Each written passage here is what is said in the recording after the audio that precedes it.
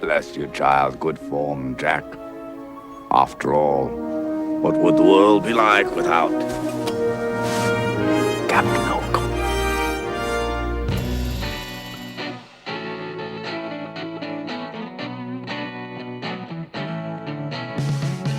Hey everybody, welcome back to Real Ripe and Real Rotten. This is a podcast where we're taking a look at the highs and lows of your favorite Hollywood artists. Each month we're going to be using Rotten Tomatoes to determine the best and worst film in one individual's filmography. You can listen along as we try to figure out what went right and what went wrong. We're up to Steven Spielberg, the worst of Steven Spielberg. He was selected by our patrons to be the next topic of discussion.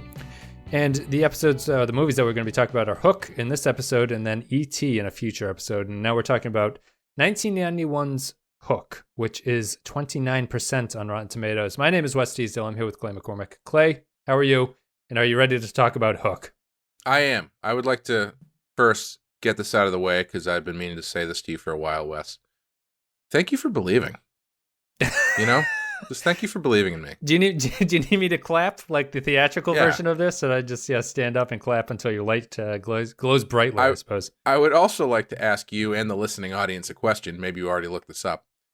If you had to guess which movie cost more to make, Hook or Jurassic Park, which movie would you think cost more? I think Hook cost $70 million. Is that right? Yeah, somewhere in there. Okay. Well, I mean, it seems like a leading question, so I will say that Hook cost more to make. Hook cost more to make than Jurassic Park. Yeah. Even back in the day when CG would cost you $10 billion to render a dinosaur for a couple of seconds, yeah. And Hook was 2 years. Hook was 2 years earlier, so if you adjust for inflation, Hook cost like $200 million. That's the most surprising thing to me is that Hook came out before Jurassic Park. I think I would have guessed that wrong. If anyone asked me that. I guess it makes sense when I think about it, but I feel it's the same way as I feel about Ray Liotta. It always surprises me that Field of Dreams came out first because Field of Dreams feels like the family-friendly follow-up you do after Goodfellas. Yeah. And Hook feels the same way for me after Jurassic Park. He's like, I'll just do a family-friendly hooky movie. Like this will be good. But yeah, I would say Hook feels like I would go down that road by saying Hook feels like the if this wasn't Steven Spielberg, let's say this was a lesser known director who didn't have the pedigree that he has, and like his first or second movie was Jurassic Park, and then so he can do literally whatever he wants. Yeah. And he chooses to do Hook, right, and just like whiffs hard. That's what this feels like to me. So I guess this would be like coming off of the success of Indiana Jones and The Last Crusade. He goes for Hook, I guess. But yeah. Let's talk a little bit about Steven Spielberg. He's an American director, producer, screenwriter. He was born in 1946. He's considered one of the founding pioneers of the new Hollywood era and is viewed as one of the most popular directors and producers in film histories. He co-founded DreamWorks Studios. Is DreamWorks connected to Disney on any level? I believe they are not. Okay. They are competitors as far as I know. All right, so we'll come back to that. He's had a career spanning more than 4 decades. Many themes and genres of his work. Sci-fi and adventure films were his early stuff like Jaws, Close Encounters, Raiders of the Lost Ark, E.T. In later years, he started addressing humanistic issues like the Holocaust and the slave trade with Color Purple, Empire of the Sun, Amistad, Schindler's List, and Saving Private Ryan. And then he's got other movies that kind of don't fit into anything like Jurassic Park, AI, the Artificial Intelligence, and War of the World. He's won 2... Well, those all sound like sci-fi movies to me. But they all have humanistic elements, Clay. Spielberg won the... I was just gonna say, if you want to pick out movies that don't seem to fit, I would pick like Tintin and okay, sure, that movie where Tom Hanks is in a terminal at the airport for like 3 years or whatever. Yeah, called The Terminal. Yeah. And yes. Catch Me If You Can, which I actually like. Catch Me If You Can. Yeah, that's a good movie. He's been nominated for 7 of his movies have been nominated for Best Director. He's won 2 of them. Do you know which ones they are? Oh shit! Yes, Schindler's List. And Close Encounters? Nope.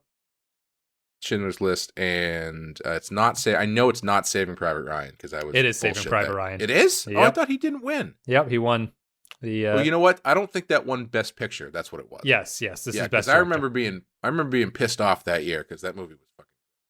3 of Spielberg's films, Jaws, E.T. and E.T. and Jurassic Park, achieved box office records and came to epitomize the blockbuster film. He is the highest-grossing director in movie history, with over $9 billion worth of sales.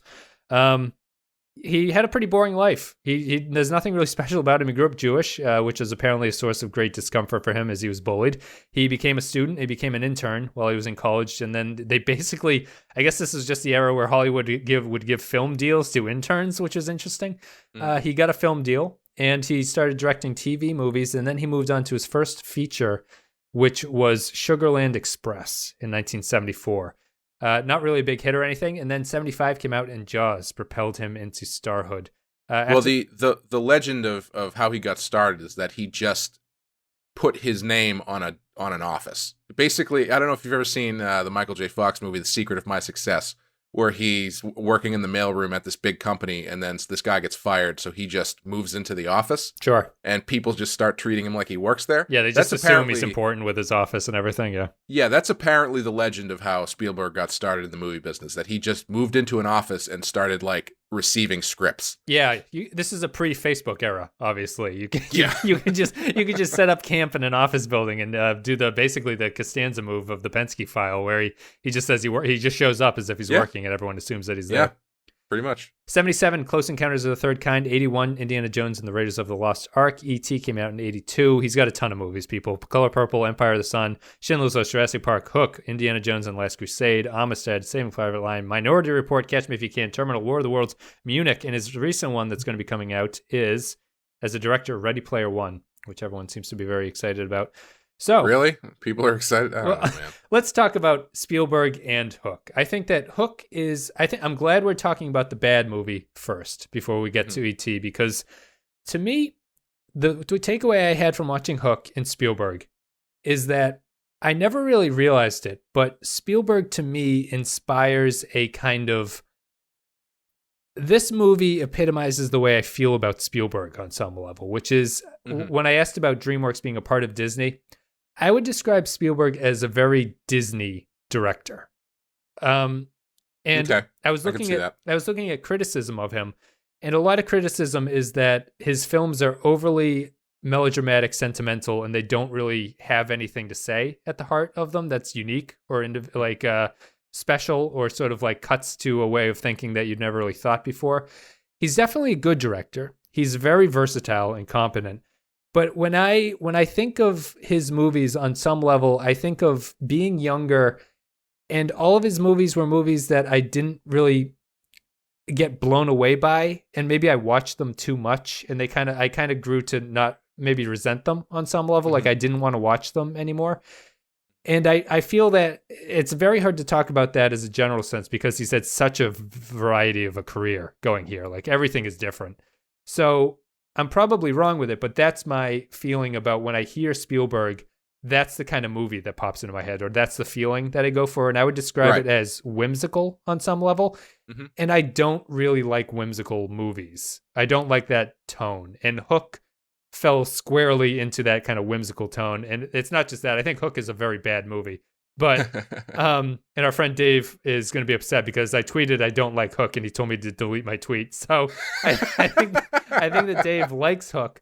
I'd be shocked to know why he likes Hook. And what did you think about Hook, or where do you want to go from here? Well, jumping off what you said about Spielberg, I totally understand what you're talking about, and I think I for a while felt the same way. Because I mean, the reason that you feel that way when you think about Spielberg is because that is the through line through most of his movies. Is there is that sort of like wide-eyed wonder present. But the thing about him is he's not limited to that. That's the style point that he's most well known for. But for me anyway, when I started actually watching these movies, I think for a while I kind of avoided some of his bigger ones just because of that. Because it's like, oh, Spielberg, everybody loves him. But in my head, I picture E.T., and I don't like E.T., so I'm not going to watch it. Then you sit down and you watch Jaws. Then you sit down and you watch Raiders of the Lost Ark. Then you sit down and you watch Schindler's List or Jurassic Park. Or this guy's fucking good. Yep. And he makes these movies that, yeah, they have this element to it, but they are not explicitly about that or limited to that one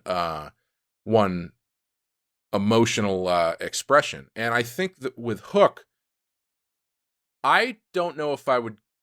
I don't know. Hook's a tough one for me because I like a lot of stuff about it, but I think it doesn't come together. And so the way I would talk about Hook is I don't disagree with you in that this movie is like representative of the part of Spielberg that you don't like, because it is 100%. So on the movie Legend, right? The Ridley Scott movie Legend. On the DVD for Legend, they go into behind the scenes stuff, and they're talking to one of the guys who was working on the movie, on the script, and he was talking about working with Ridley Scott, and he was like, yeah, it's really really interesting because you're sitting there, you're in a room with him, and he just starts like you put something on the table, and he just starts going with it. He just starts throwing ideas at you, and he's like, oh yeah, Tom Cruise's character, well, what if he lives in the woods? Oh, what if he's like not a fairy, but he's like fairy adjacent? Oh, what if he's like a lizard boy? What if he's got like scales and stuff? And you have to be there to check that imagination and rein it in. And I feel like sometimes when these big, wildly enthusiastic and imaginative people don't have someone to check them, then it goes off the rails. And for Ridley Scott, just look at Prometheus. I love Prometheus for a lot of reasons, but I will not argue with anybody that movie it's like Ridley Scott just spraying the wall. With Ridley Scottness. And I think Hook is the Steven Spielberg version of that, where it's so sappy and it's so melodramatic, and it's so like the big through line through all of his movies is like father issues and people with daddy issues, or dads who are trying to get back to their kids. And this is like the ultimate expression of that, where it's like, not only is there kids with daddy issues, but there's the father in question who then becomes a superhero, and all of the kids are like, I wish I had a dad. And it's all of this stuff circling the Spielberg universe, all just hitting you hard at the same time. That being said, I think there's a lot of stuff in it that's a lot of fun. I think Dustin Hoffman as Hook is one of the best screen villains I've seen ever. Like, he's fantastic. He chews every piece of scenery he gets. And man, I miss Bob Hoskins. I know Robin Williams is also dead, and I miss Robin Williams, but man, Bob Hoskins was the fucking best. He was great. I think Hoffman and Hoskins, in my opinion, play off each other very well. They're great. But at the same time, this movie feels like, I was watching it with my girlfriend. My girlfriend loves this movie. And even she was kind of like walking it back a little bit. Not that she doesn't like it, but she was like, okay, I can see why maybe this is a little bit, maybe not it didn't popular. Maybe it didn't need to be 7.5 hours long. Maybe that. Yeah, that too. It's so long. I said that to her. We had to stop because we had to go to my parents' house for dinner. And she was like, well, is there any way we can finish it before I go? And I was like, no, there's like another hour and a half left. And she was like, what? And it's like, I said to her, this is like in the Robin Hood, Prince of Thieves type era, where even though it's all supposed to take place outside, everything looks like a set. And it feels very, it almost feels like a stage show. I read one review of it that likened it to the Pirates of the Caribbean ride at Disney. And that's a really good reference to use, because all of that stuff feels so choreographed that it feels like an amusement park ride. And maybe that was the intention. I was just gonna say, and so much of that stuff, it doesn't have any. There's no feeling to it. Like they're throwing so much stuff at you. It's like, isn't this awesome? Look at these costumes. Look, there's skateboards and basketballs and people like going down tracks and people doing like choreographed backflips. And it's just like there's no connection to it for me. I mean, as a kid, I remember really liking this movie as a kid. So maybe I'm wrong and I don't know. But watching it now, it's like there's a lot of stuff in it, but very little of it actually sticks. At least once you get to Neverland. I think the stuff before they get to Neverland is pretty good. Okay. I wouldn't say it's great, but I feel like they lay it on pretty thick, because if you aren't on board with the Peter and his kids' relationship, this movie is basically unwatchable, I think. Yeah. And I think there's a lot to talk there about it. Before we go into like the starting issue or the opening scenes and everything that go through it, I think that there was a review that said, this basically seems like a movie where Spielberg was more impressed by the set design than anything, and was like, maybe I'll just shoot all the sets. That is a definite opinion. It's not shocking that it's so expensive because of how practical everything is here and how much they built for all of this stuff. Mm-hmm. I think that to me, it's weird that kids, I remember not liking this movie as I was younger. I don't know if I've ever actually watched it all the way through. And I was left conflicted as to who this movie is supposed to be for, because it's not if you're an adult watching it, it's not incisive or interesting enough to hold your attention. Like there's no themes here that are really like, oh, that's a unique way that they're taking Peter Pan or something like that. Like it's very close to the original material. Mm-hmm. If you're a kid, besides the fact that it's almost 3 hours long, it's pretty slow for what's going on. Unless you're very distracted by sort of costumes and the set design and everything, not a lot happens. I think that the last half hour, 40 minutes is actually a pretty solid. The last 40 minutes are what the movie was trying to be the entire time, where he realizes that he's Peter Pan and he sort of has this fun swashbuckling adventure fighting, and you're like, okay, this is enjoyable to watch. The hour and a half leading up to that is so boring and so slow. It's so tedious, in my opinion, that I don't know who the movie is actually made for. And it's interesting that it's had such a different reaction depending on who we've asked to have watched it or whatever. Yeah, I mean, if you take a step back and like kind of look at what's going on, it's kind of made for Steven Spielberg, isn't it?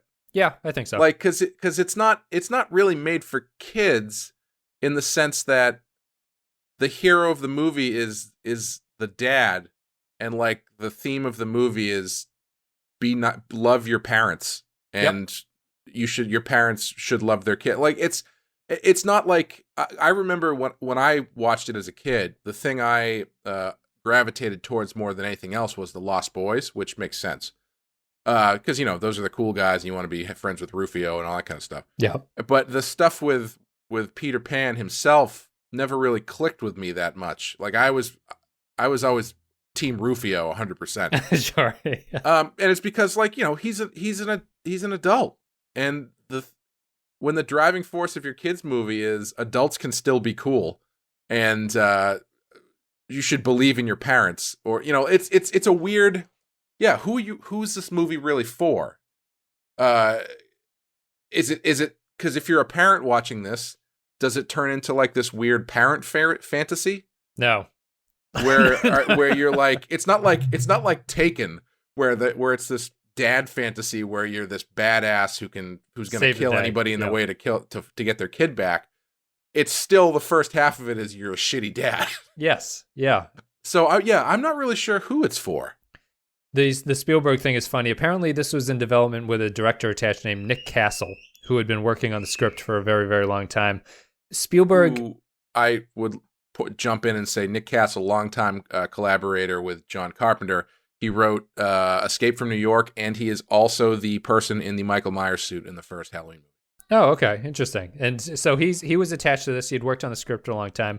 Spielberg announced that he was interested, and so the production company had to buy out Castle. And so they paid him to go away, basically. Probably paid out to be a financially wise decision for him. And then Spielberg came in, and Spielberg, in recent interviews, said... in 2011, he told Entertainment Weekly, "There are parts of Hook I love. I'm really proud of my work right up through Peter being hauled off in the parachute out of the window heading for Neverland. I'm a little less proud of the Neverland sequences because I'm uncomfortable with the highly stylized world that today I would have done with live-action character work inside a digital set. But we didn't have the technology to do it then. Imagination only went as far as building physical sets and trying to paint trees blue and red." In 2013... he said more bluntly, "I want to see Hook again because I so don't like that movie, and I'm hoping someday I'll see it again and perhaps maybe like some of it." So, well, the not to jump way far ahead, but there's another interview where he talks about how he didn't watch it for a long time and he never liked it, but he started to come around after Robin Williams died because they became really good friends, and like after he died, he watched it and he just was crying the whole time. Yeah. And my girlfriend and I both, at the end, the last thing Robin Williams says in that movie is basically, "Don't kill yourself." Yes. And it's like, we both were like, oh. You know, Yep. he looks like right at the camera and it's like the greatest adventure is living life, and we were just like, oh boy, that's rough. Yeah, that hasn't aged particularly well for him, unfortunately. What'd you think of Robin Williams? I thought this movie was basically 2.5 hours of him pratfalling endlessly. And yeah, before I kick it back to you, the original idea here was that they wanted to have Spielberg's original thing was he wanted to have this be a musical starring Michael Jackson. And sure. Remember what I said a minute ago about creative people not being checked in their Michael Jackson actually turned it down because he didn't like the idea of an older Peter Pan. And this because he had some sense, apparently. Yes. This movie, to me, it basically, when I read that, I was like, you know what? This movie basically felt like a musical where they stripped the songs out of, because there were so many scenes where you could just see them singing a song and you'd be like, okay, this makes sense. And instead of that, it's just a very slow, methodical. Honestly, there's like 45 minutes of plot in this movie. There's really not a lot going on. There's no great change. It follows It follows the standard beat you would expect for this kind of movie to follow. It follows it beat by beat all the way to the end, and then that's it. And it stretches it on for 2.5 hours, and it's crazy to me. Yeah, the musical thing is a really good catch, because once you said that, I was like, yeah, that's exactly what it feels like, because there's so much like choreographed movement and camera movement and stuff that feels like it would be in a musical, but there's no songs. Yeah. And yeah, that's a really good way to describe it. And when it was coming towards the end, leading up into the right as they start their final fight and everything, and Peter's got all of his powers back and all that kind of stuff, I was thinking, man, what has he really done here? Like, he doesn't really have to do anything in order to get his powers back. Like, there's no trial or thing he has to just overcome. Achieve, yeah, there's no conflict. Overcome. Yeah, all he does is just remember stuff. He looks at the thimble or whatever. He goes into the Tinkerbell shows him that old like place where they used to hang out, and he's like, oh my God, the memories, and then he can fly again. Yeah, and it's not really compelling visually, No. Or like from a story point, it's like just having him remember stuff, and then he's like, oh yeah, I love my kids. And I think, I was an aspect of the movie that I never picked up before, that I think if they had leaned into it more might have made this stuff work a little bit better, was this idea that the longer you spend in Neverland, the more you forget about stuff. Yes, it's a weird theme. Go ahead. Yeah, and it's like it makes sense to an extent, but I don't think they really lean into it enough for it to really hinge the plot on it the way that they do. Because even at the end, they've got his son not really understanding who he is, and then remembering who he is, and then afterwards he's like, "Oh yeah, I have a kid." Like they don't. It's not really central to the characters and how they change in the movie. Yeah. Or at least I guess technically it is, but they don't really bring it to the forefront of the story. Yeah, it doesn't feel it ties into my, if you're an adult watching this, the exploration of that idea is not interesting. There's no... Yeah, exactly. You're not like, oh, this is kind of riveting to watch. As the kids are watching the colorful explosions and people shooting guns that shoot chicken eggs and stuff, like I'm sitting there just going like, this is very trite. And like the plot is just servicing. There's no question about what he's going to do here. Like, Peter Pan's going to rescue his kids. I have a questionable understanding of their relationship as father and children in the first place, because I actually think Robin Williams is miscast in this movie. I think he is too. Yeah, I was thinking that as I was watching it. I was like, there's just something not right about this. Mostly because he doesn't strike me as the right kind of businessman at the start of the movie. You know what I mean? Like, he seems for whatever vague company he seems to work for. Yeah, in this weird, it's a company that no one who's ever worked in a company would have. Like, he thinks people are having like cell phone draws, like the gun fights with the cell phones. I said to my girlfriend, I guarantee you 100% that's something that they were doing off screen, like in between takes, and they just sort of just like, do that in the movie. You guys should do that in the movie. I guarantee you. I read recently that they're now using lawyers instead of rats for scientific experiments. They do this for two reasons. One, the scientists become less attached to the lawyers. And two, there's certain things that even rats won't do. He doesn't come across as the kind of he seems like he's a businessman on the break constantly, and I feel like he should be better at his job than he is. What is his job? Murders Because at one point, and assassinations, as they say in American Psycho. But yeah, he's apparently he wheels and deals with mergers and acquisitions. but is he a lawyer? At one point, he mentions that he's a lawyer. I think he And is a then lawyer, yeah. He mentions that he spent the 60s as an accountant. That's So, like, what is I could never. Not that it matters, but I could never. And he just like he keeps talking about his business deal the way that commercials talk about the Super Bowl when they can't say the Super Bowl, so they just keep saying the big game. Yep. It's like that he keeps talking about the big deal and all this very vague business terminology that was written by whoever wrote A Good Year. Yeah, well, And- I mean, that's, as he's having his stressful. The one thing it's a very whimsical kind of movie, but there's the one scene before he goes to Neverland. They're visiting Wendy, Grandma Wendy, and he's sitting in their bedroom talking on the cell phone as he's trying to hammer this deal close. Yeah. And the kids are like hanging on him and stuff, and his wife isn't doing anything. And I was just like, this guy's on an important phone call. Like, get the goddamn kids out of there. Like, why are they allowing? You're him? watching this movie as a father with a job, Wes. This is a very interesting point of view that I don't know if anyone's ever really tapped into. You should expand on that. No, it's like. I would if that was me, I would hang up that phone call and immediately get in an argument with Amy about being like, why were the kids like climbing on me as this is like I'm trying to close this goddamn deal, and I think that just ties into the I don't really buy his business persona. I think once he becomes Peter Pan, it's a perfect Robin Williams role. But until then, I don't know, because like I don't know. I just still feel like he's. I think there's a disconnect for me. Because the essential concept of Peter Pan is that he's a kid.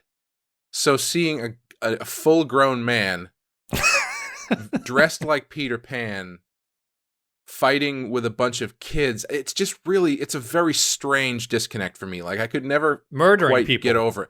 Well, that's another thing. I have a problem with the fight scene at the end because it's like, again, who is this movie for? Because there's this big Lost Boys versus Kids fight scene, but the Lost Boys, all of the violence is very non-lethal until fucking Rufio gets killed. Yeah. Like they're throwing eggs at people and like hitting him in the head with balls, knocking him into the water until their leader gets run through the chest with a sword. Yeah. And it's a tone thing that isn't totally resolved. Was Peter Pan not stabbing people before then? I don't think so. I don't think he does. I thought it was catching my opinion. Maybe he's kind of slapping him around with stuff, but I feel like he's doing a lot of slashing across the chest of people. No, with his sword. I don't think he does. He does Okay. a lot of like sword fighting and like knocking people into things. Yeah. Rufio kills a couple guys. Okay. But okay. Peter Pan, I don't think ever does. I was shocked by that there was any murder in this movie. Yeah. Because it doesn't. It's not about Peter Pan coming to terms with anything. Like he doesn't do the like I'm a bigger man than you Hook at the very end. Hook dies. He doesn't kill him directly. Or does he? Like even as a kid, when Hook, the crocodile falls on Hook and then Hook just like disappears. Yep. Even as a kid, I was like, it doesn't make a ton of sense. Well, it reminds me of the one thing you had talked about, a theme that you hadn't noticed. I had never made the connection that the clock that Hook is terrified of signifies the ticking away of life, of time. I had never made that thematic connection before. Oh, I guess I never really thought about that either. Yeah, that's something I realized. That makes sense as a something. Yeah, cut your hand off. You're scared of the crocodile. Crocodile's gonna eat you. Yeah, that makes sense. Yeah, it's a very they didn't really lean into it, but I was kind of surprised by it. I do like I was unsure if the crocodile at the end here is actually a statue of a crocodile or if it is a crocodile. I think it was. I assume it's supposed to be like the alligator taxidermied version of the one that bit his hand off. Oh, that's what I assumed. Okay, I guess that makes sense. Going back to what I was saying about him not actually really doing anything to accomplish the goals. Yeah. As I was watching the end, I was thinking, man, wouldn't this be kind of more riveting if he doesn't get his powers back? Yeah. Like, I guess it's not, I guess you want to see Peter Pan. Like, it's this is a strange movie because it's like they're playing on a lot of stuff that you would see in, like, think about this movie as like Superman or Batman or something, right? Where the way that they're presenting all of this imagery to us in this movie is as though we are connected to the imagery to a point where we cannot wait for him to become Peter Pan. And I don't ever get that in this movie because I guess maybe because I'm not connected to the story that much. But it's like if this was Superman, it would be, Clark Kent walking into the Fortress of Solitude and like, oh, there's the suit, there's the cape. Yeah. There's Marlon Brando on the screen. It's like Superman Returns, kind of like, you keep waiting for him to show up, and then when he shows up, it's this like, amazing moment, and everybody's cheering and all that kind of stuff. But it's like Peter Pan just doesn't really have that for me. And it's also like if Superman when he showed up was like a werewolf, right? But I was thinking like, doesn't this feel like it would work a little bit better if his powers aren't coming back, but he still has to save his kids. So then he has to figure out how the hell am I going to fight these guys just being, Peter Banning or whatever his name is. Yep. And then during that final fight is when everything kicks in. Like at the point that it needs to, it's like, Hook's got him pinned down or something. And then all of a sudden, something clicks and he's like, oh yeah, I can fly. And like, then he turns, you know what I mean? Yeah. So it's like, there's always that doubt of whether or not he's going to, achieve the goal because he doesn't have any of these powers that everybody wants him to have. And I think that's one of the reasons why they end up killing Rufio is because there's no dramatic push to a certain point once he gets his powers back, because it's like, he's just gonna fight Captain Hook and Captain Hook's gonna lose. Yeah. Well, I think that the central conceit is kind of tough because he has his powers by thinking about happy thoughts, right? Yeah. So bad things happening to him should be like Superman's kryptonite, right? Like it's like reverse Incredible Hulk, right? He's just like the more bad stuff happens to him, the tougher time he has conjuring happy thoughts, and he loses his powers. But I know that they were, to tie into what you were talking about, I know that they're trying to say one of the themes here is that even though you grow up and become an adult, you can still be a kid at heart, is what the Peter Pan story, or this Peter Pan story, is supposed to be saying. I was thinking as you were talking about that, why not pass the banner of Peter Pan to his son? Yes, I was thinking that too. Yes. Yeah, like if he realizes that he is older and he can never go back, like his sacrifice to go and have a family has caused him to lose these powers forever. But his son, and he gets kidnapped and his son gets away, and then his son finds the old clothing that would fit him, right? Yes. Like he is the appropriate age to be rescuing his father, and he does, and that's the passing of the torch. Yes. Very good. Very good. I don't know. Like I felt it was built for that, and instead we just get old Robin Williams, who probably wasn't even that old at the time this movie was made, but looks old, and it's just a very just awkward interaction between all of that, the Lost Boys and everything like that. I feel like there's so much theme crying out here, and to be totally themeless is interesting. That's the way that they chose to go with it. Yeah, and kind of going back to it just being weird seeing an adult man playing Peter Pan. It's like the fight between Peter Pan and Captain Hook then turns into Captain Hook just fighting another adult. Yes, right. And it takes away all of the oomph of what that story is supposed to be. I feel like. And yes, I don't know. Yeah, it's why is it called? It's a weird. Why movie. Is it called Hook? Would a better name be Peter for this movie? No. No. It's like I read an interview or heard an interview with Billy Friedkin, the director of The Exorcist, and he was talking about French Connection, and when they were getting the marketing together, they had made up these mock-ups of posters that said The French Connection, and one of the executives was like, "Oh, that's a terrible title. No one's going to want to see that. Sure. What if we call it Popeye, or what if we call it Doyle?" And he was like, no, who's going to go see a movie called Doyle? And I feel like who's going to see a movie called Peter? So if, of those two characters, I guess Hook is the way to go. Well, we'd put a little bit more money into the advertising budget. It would make up for the fact that the title is no good. But I think Robin Williams starring in Peter. On a thematic level, it's about Peter. It's about no longer being Pan. And Hook to me reminds me a lot of Tom Hardy as Bane in The Dark Knight, where like the character is cool, but there's not a lot going on behind that. Like the performance is great, but there's not a lot to the actual character as written. And calling the film Hook is a much better title, and it certainly hooks the audience and everything like that. But I feel like Hoffman's performance is stronger than what the Captain Hook's whole thing is in here. Like I don't really understand why he wants Peter Pan to return all that much. I guess he wants vengeance or something, but he seems to have a pretty good thing going without Peter Pan and Never Never Land. Yeah, it's kind of unclear because I mean, I believe it's this sort of like I need my greatest foe to come back and challenge me or something like that. But it's not like he's killed all the other Lost Boys. Right. It's not like he's out of stuff to do. Right, and they. When they're in like the pirate village or whatever, it seems like he's got a lot of food. He's got this whole crew that obeys his every command and everything. And they don't even play up the fact that he's all that conniving, because it's really him and Smee together that equal a kind of good villain. Like Smee provides the intellectual workhorseness of the plan and everything, and Hook just kind of goes along with him at that point. Yeah. Yeah, and he's not, I mean, comparatively, he's not really in it that much either. No, he's not. He's got, like, only 3 more scenes than David Crosby does. Right, and Phil Collins. Yeah.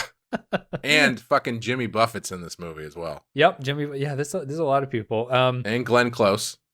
Let's do a couple of questions here to sort of go all crazy with things. Worst performance in this movie? Worst performance in a movie full of kids is probably one of the kids. Main character worst performance? Yeah, mine. I feel Julia Roberts as Tinkerbell was terrible, I thought. She's just kind of doing the Julia Roberts thing, isn't she? I mean, I guess it's tough because... And they voice corrected her to like high pitch her voice. Yeah, I think judging by the trivia, she was in a bit of a weird spot, I think, when they made this movie. Yeah, they were calling her Tinker Hell, I guess. She was being very difficult on sets, and it like shattered her and Spielberg's relationship, whatever they were going on back here. I don't know why I can't even see the source of conflict between them. Well, I guess it was in part due to the fact that she was basically isolated and just doing all of her stuff on her own in front of like a green screen. Green screens, yeah. And also in her personal life at the time was not on the level so much. This was when she abandoned her wedding with Kiefer Sutherland. Oh, okay. She was going through some stuff, I think. Okay. So you would disagree? You thought the performance was okay? You think there's a worse one? No, okay. I think if I had to pick one, I would say probably her. Because, she's just doing, a lot of these actors have stuff that, they can still do their thing even if they're phoning it in. And I think she's kind of covers that, where she's doing the Julia Roberts thing, but it's not really anything to write home about. What aspect of the movie do you think is aged the best, and what do you think is aged the worst? For me, I think... I was just going to say the skateboarding kids probably has aged the worst. Go ahead. Oh, I think that the best thing for me is that Spielberg has a couple moments here where Pan regains his powers, and then the final fight scene. He's very good at getting that sort of saccharine emotion out of it that you need in a family movie. And when Pan realizes his true powers again, I was genuinely like, oh, like this is kind of a touching little moment. It's not built well, but he gets stuff out of the scene even though it's not really built up to be anything. And I feel that the Spielberg emotionality of those scenes still works today. On like that kind of if I'm expecting that from this kind of movie, that is what I got, and I think it worked out pretty well. Yeah, I would say 60-40 that stuff works, because there's so much of it. Like, there's so much of it in this movie that I think I think the stuff that works the best for me is actually the stuff from his kids. I think the kid that plays his son is great. Yep. And really sells a lot of that stuff. Robin Williams is okay at it, I think. Yeah, I don't know. Him remembering that he loves his kids is fine. But I'm more interested in the kids. I thought the kids, his son emoted way better than anybody else in the movie. That kid was a good actor. I don't know why he stopped acting. Yeah. I think it's for stuff that I think has aged the best. I was actually surprised how good the flying effects were. Yeah, in some the spots. wire work is good. Yeah. Stuff that I think Dustin Hoffman, his performance is great. I don't think there's really any age on that. Almost unrecognizable as Dustin Hoffman. If he doesn't talk like him, he doesn't sound like him, he doesn't really look like him. I feel like the talking is the hardest aspect to cover up. Yeah. I think that the thing that's aged the worst for me is the Robin Williams style of comedy, like the light, very light comedy that he does here.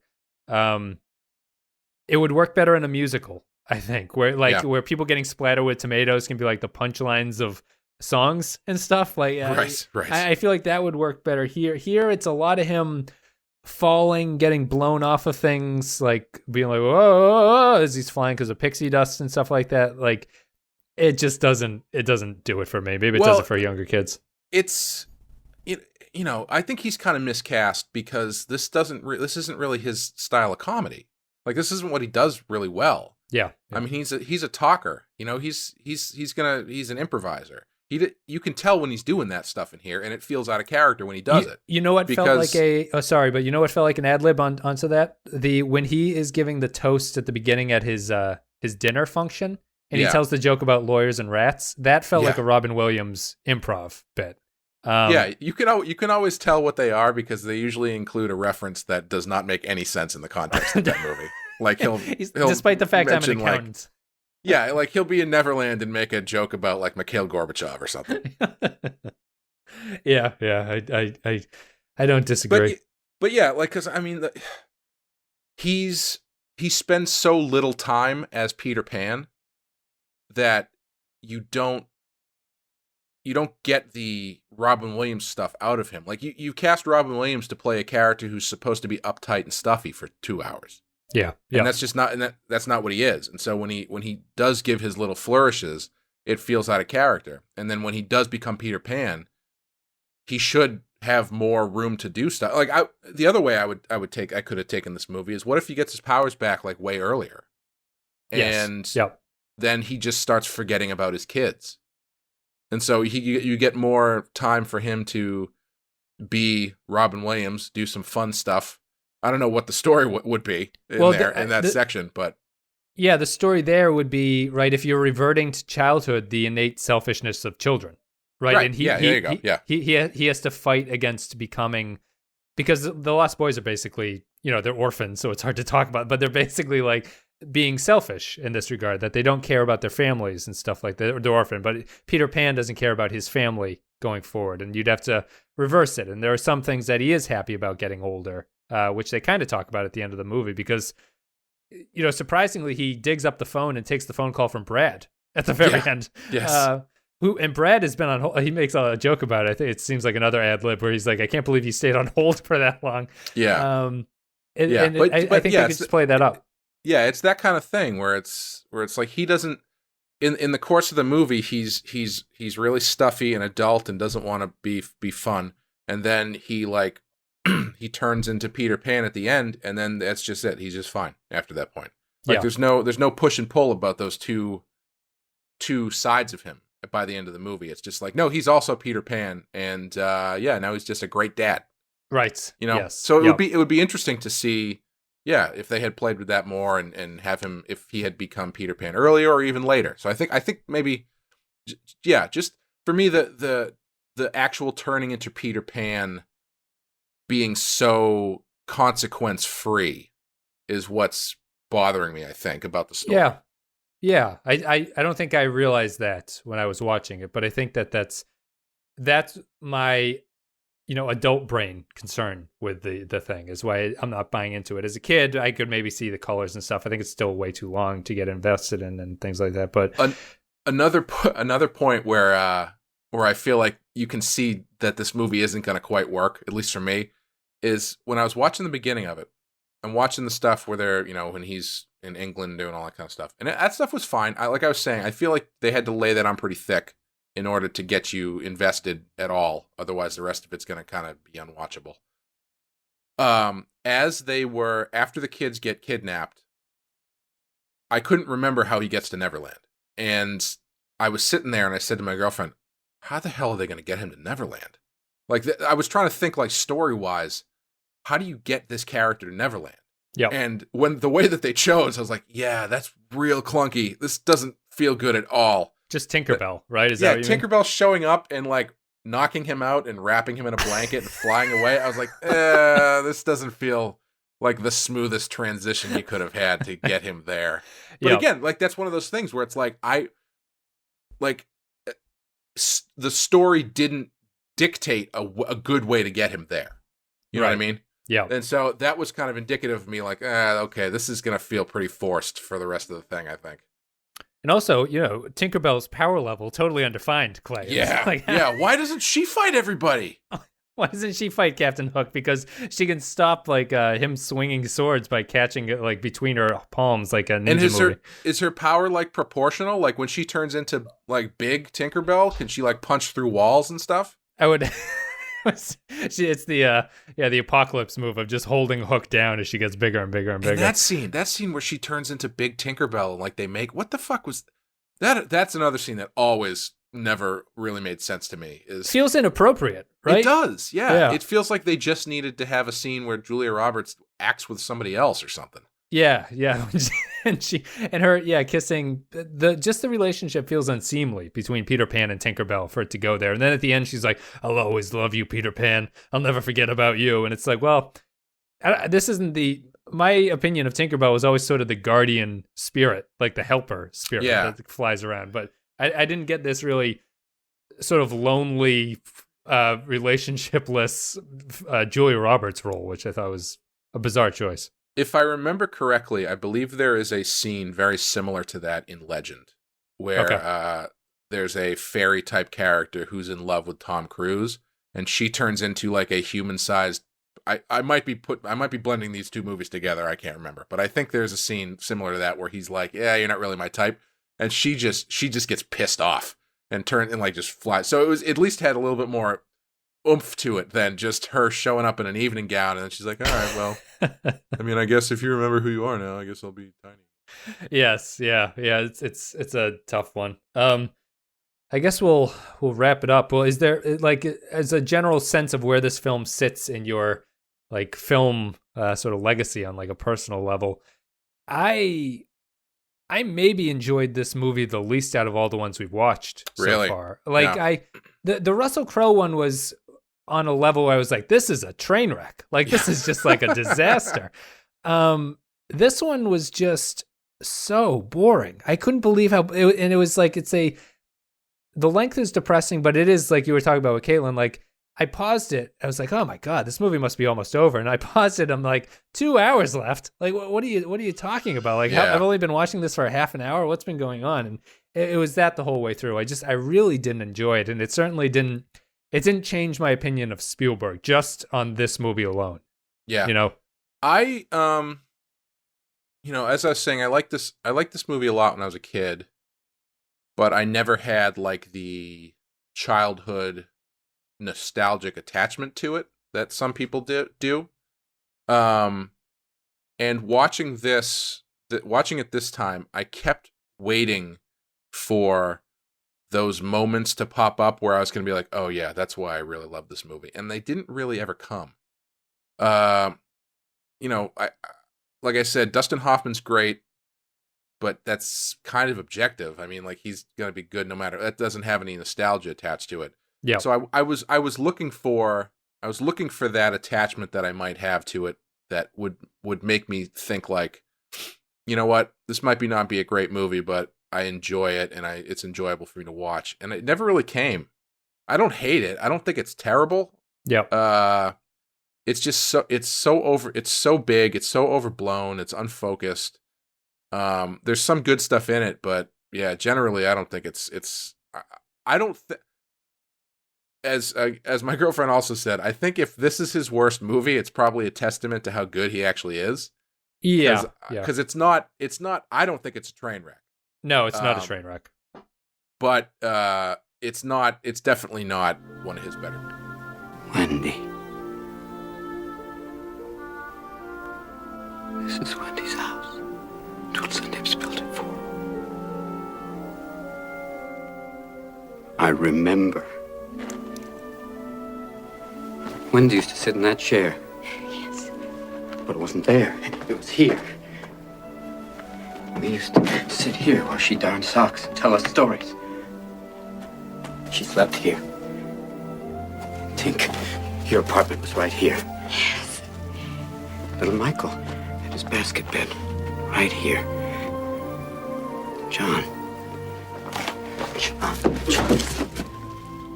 I mean, I was just thinking, if there was, on almost every movie, even if you love it or dislike it, there's almost usually a scene where if you were flipping channels and you came across that scene, you'd be like, oh, I'll watch this scene at least, you know?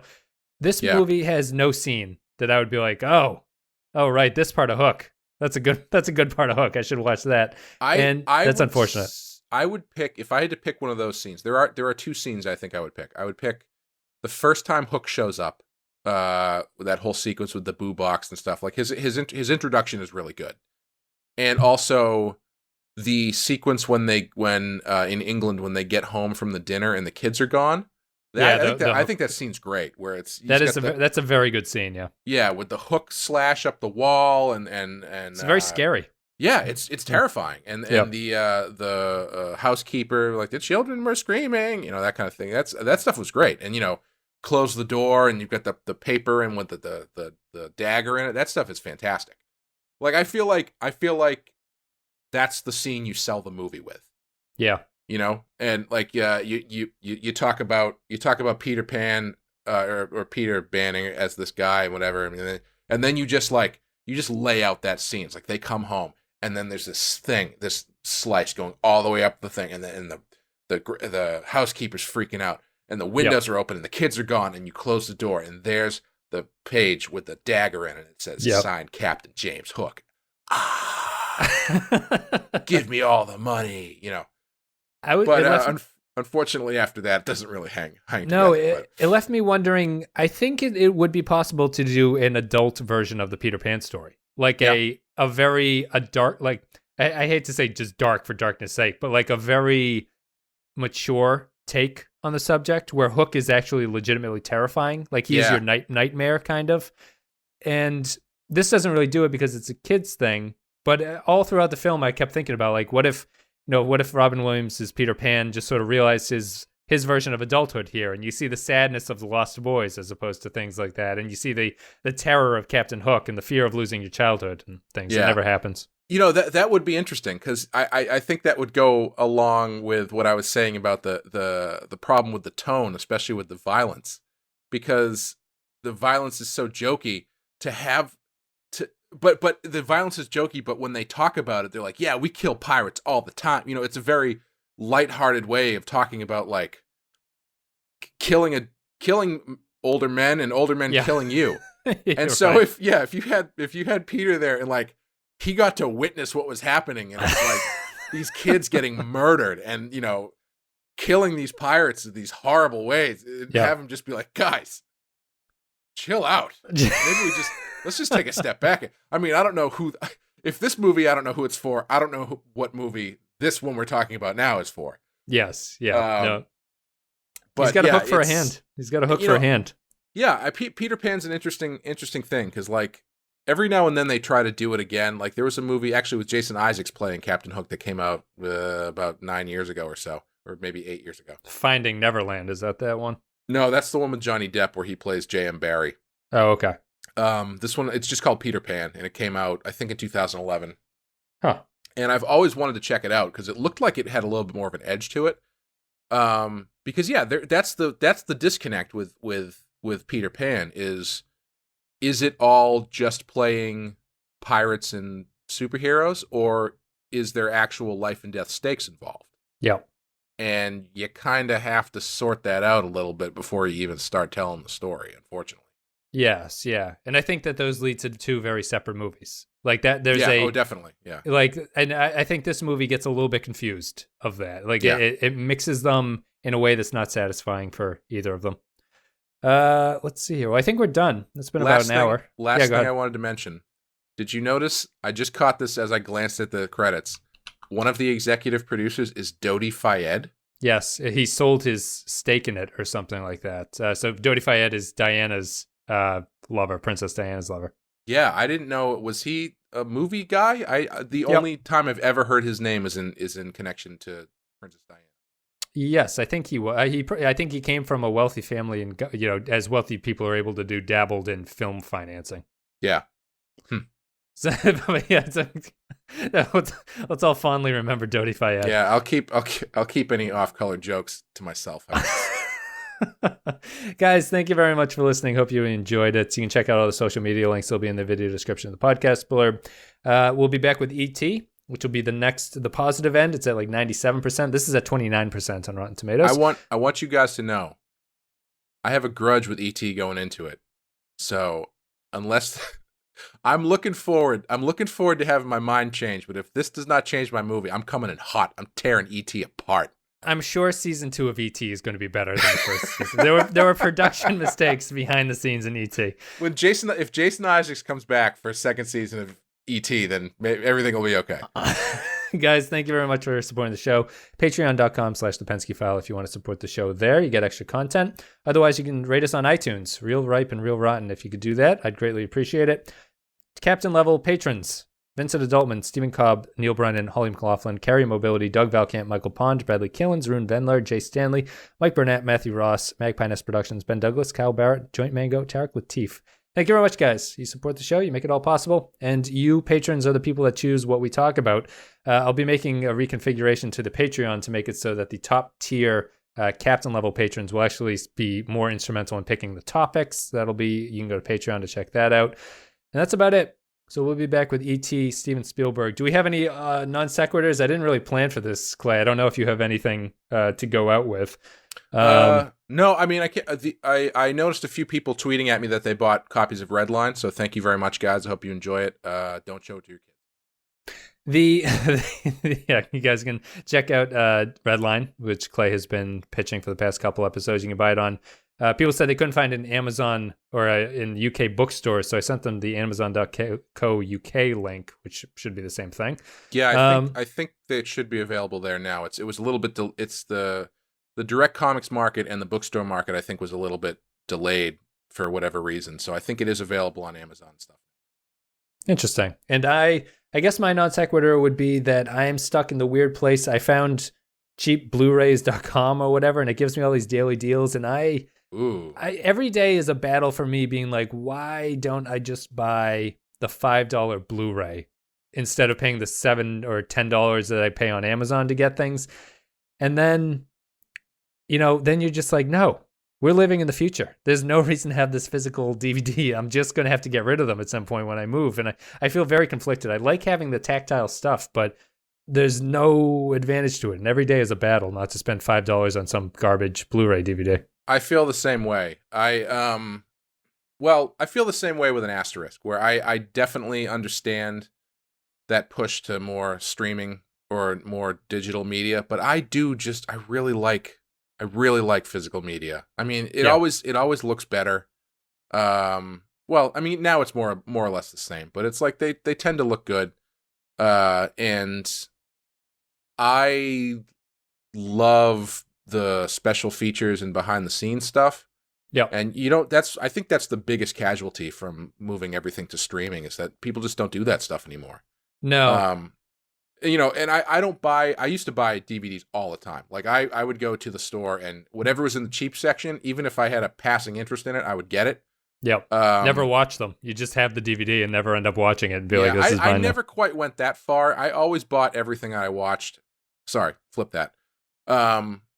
But there were a few times where like I do own a copy of Blade Trinity only because I had never seen it and it was for like $3, so I bought it. Yeah. But now I still like to buy stuff. I like to buy stuff that I actively want to support, and kind of really stood out to me. Like I just got a copy of the Criterion Collection Blu-ray of Night of the Living Dead, which there's been so many shitty versions of that movie across every platform for so long that it finally got an amazing version that's like everything you could possibly want about that movie in one place. And so I was like, well, that's one that I have to get. Yep. Yeah, mine would be the Star Trek stuff. I have all the DVDs for and everything like that. But my invention would just be, I buy all this stuff on Amazon, right? Amazon should sell me basically a digital movie shelf, which would be like a little iPad-y looking thing that I can put up, and you can like flip through all the stuff that you've got on there. You know, like, so if people want to come over and like people used to look at your DVD collection. Oh yeah. I would have like a little digital photo frame that they could do the same thing for. And like, I see. And I could be able to go like, oh, I wonder what I've got that I haven't seen in a while, and like flip through and be like, oh, I'll throw that on right now. Because the problem with digital is that you don't get a sense of the library. So you can't look at it and feel satisfied that you found something. It's more a struggle to find something in your digital library. Yeah, and I don't know how to judge people anymore because I used to judge people exclusively on the shitty DVDs they owned. Yes. And that's why my collection was such a pride of myself, because it's like you could look at my DVD collection and tell that I had really good taste. Yeah. I had a friend who used to buy a ton of CDs and he would alphabetize them. So a lot of his weekly process was reorganizing the shelves because he would buy more and he'd have to reorganize them and everything. And it was always very impressive to go over and look at an alphabetized CD collection. My DVD collection is, I have two separate shelves. One is alphabetized by genre, but then there's another section that is alphabetized by director. And if I have 3 or more movies by one director, it goes into the director's shelf. There you go. Guys, that's been it. Thank you for listening to our talk about Hook. We'll be back with a talk about E.T. Until next time.